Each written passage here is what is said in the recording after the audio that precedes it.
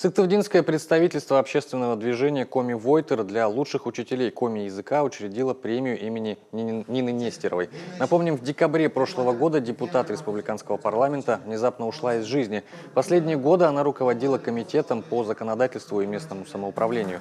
Сегодня учрежденную награду вручил двум педагогам сын Нины Александровны Никита. По словам руководителя Сыктывдинского «Коми Войтера» Владимира Муравьева, премия будет вручаться каждый год по окончанию учебного года. Здесь, в районе, Нестерова была частой гостьей.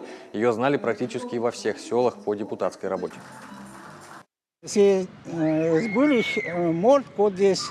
Это человек, который остался не только в истории республики, но и в финно-угорском мире.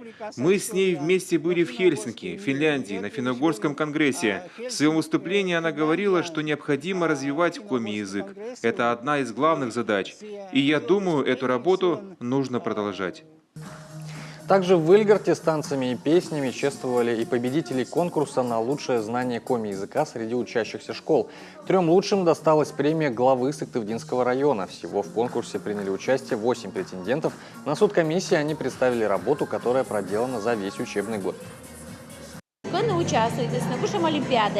Где они участвовали, в каких олимпиадах, конференциях, какие исследовательские работы проводили, в каких коми-конкурсах участвовали и, конечно, победили.